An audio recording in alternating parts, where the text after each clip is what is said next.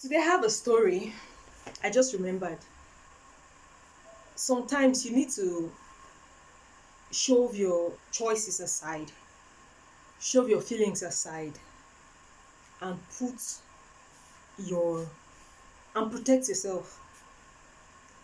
There are some cases whereby we would need something or we like something. We know, yeah, this is our choice. This thing, this is what we want to do. This is what we need. This is how we want our life to go.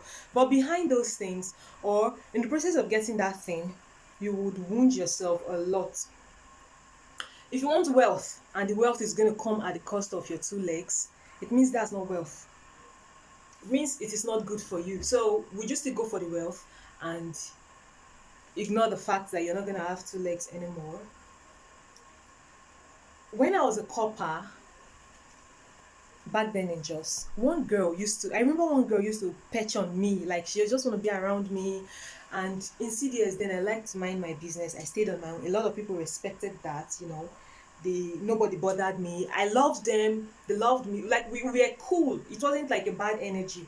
So this girl came and she said, she just want to be with me. She's very short. Just, whenever I'm on my own, she just comes next to me, try to bring up interesting topics. Let's converse. She really got me where I could be gotten. But then she got me further in a place where I should have resisted. I was living alone in the place I was given, a big room. And this girl said one day from the blue, she said she wants to come and live with me. I was happy to have somebody come live with me. But it turns out that this girl had ulterior motives. She had different thoughts. She's so short, like she had low self-esteem apparently. And she wanted to mingle with people through me. She thought maybe I was this high class girl that had a lot of friends, probably with a sugar daddy or something. And she knows my life. She knows that I was all by myself. She was living with a boy at some point. She was living with someone. She wasn't satisfied. Then she moved in with this boy. Now she was coming to me. It's okay, no problem. We are all core members. We attended the same church, even though she wasn't a regular member. I let her into my house, and this girl started slandering me to people. So this is what I deduced from what she did. She came around me to snatch my friends, to snatch the people she thought we were friends. Well, they weren't really my friends. We were just cool.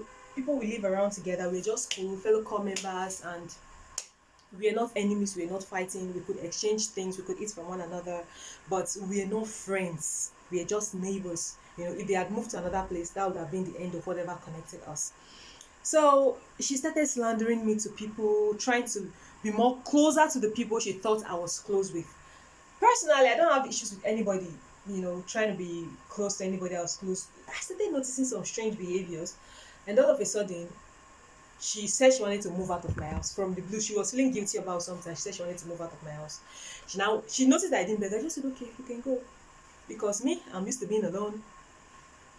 I was happy that I had a companion, but I didn't know that that companion was one from hell. She now brought somebody that came and intervened. I was like, me, I don't have any issues. So she's the one that says she wants to go, so she can go. If she wants to go, if she wants to stay, she can stay. I don't have issues. I was just happy with the fact that I had somebody living with me. So the girl later left. After NYC ended, she left. And then I realized that this girl, that's when I saw the damage this girl was doing. Behind my back, she was slandering me to people. There was one boy who used to come to my house. Hey, all the far, we just hail each other. Jeez, the guy can talk for 10 hours straight. He won't drink water. One day, God just pushed me. That moment when you are just in your room all by yourself and you feel propelled to stand up and walk to somewhere. That's how I found myself walking to this guy's room. I went to this guy's room. As soon as I got to his door like this, bam, guess what happened? The guy just started slandering me to the new core members that had just come to the barracks then, because we're in the customs barracks.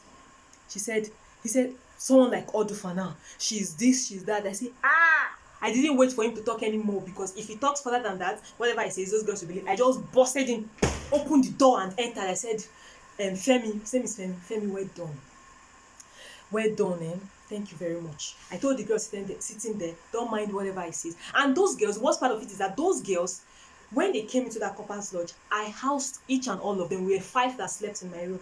I don't have issues with that. I was happy having people around me. I didn't care. But for Femi to slander me to those girls, I knew that. And Femi and I were cool. I just knew that, man, this Tere, she don't really spoil my name, go far. She had said a lot of horrible things about me. But God so kind. Those girls, they knew as soon as I came in, their countenance, just changed. They realized that the guy was actually lying because he couldn't defend anything. He said he was weak. I scolded him that day. The next day, he came into my room and I cautioned him very well. This is somebody that come to my room, eat food, drink water, gist. When they came as coppers, then I gave them the gist. I said, "Oh, just is not what you think it is. So, where's your head warmer? Where's your anglos?" I gave them those things. I welcomed them, made them feel warm, and they received negative talks about me because they weren't good people in the first place. My point is this: no matter how hard you want something, no matter how bad you want something, please, there are some people you shouldn't take it from. Yes. No matter how much you want companionship, it's not everybody that can keep you company. Sometimes you are better off alone than being with that companion you are seeking. Yeah. After everything, everyone went their separate ways. None of us we didn't even keep in touch with each other up till date. Why? Because of one person's bad egg. Sometimes I feel like if I had not brought that girl into my house, I would have had a good relationship with people. But at the same time, it is what it is. Sometimes people come around us to teach us a lesson, to remind us that yes, life is not a bed of roses. And this is our journey of life, because life doesn't have a destination. Life is a journey, a whole journey. We would meet bumps. They come in form of humans. In fact, they usually come as humans. They come through humans. These days, if someone says, "Oh, if I want to come and stay with you," well, I'm very, very careful. Very, very careful. But that doesn't mean I won't let anybody come to my place. Yeah, that doesn't mean, like, I still want, if anybody wants to come and I can house the person, I'll house you. And that's it. But I've learned one thing: no matter how much I long for a certain thing, the discipline to say no to that thing when it's coming from dirty hands is what I've built myself to have right now. That discipline. And the flip side of this whole thing is that it's not just the discipline to resist. Sometimes we see fire coming and we don't coil it early enough. If we coil that fire early enough, it won't blow out of proportion.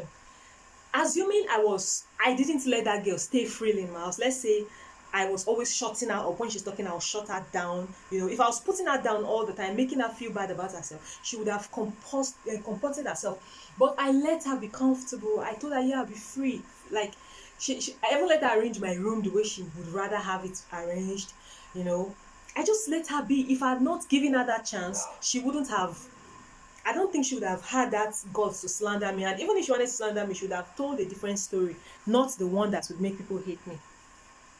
But in everything, we always give thanks to God, because issues of life always come to make us stronger and tougher. Yeah, we can only be strong, we can only be tough. Such is life.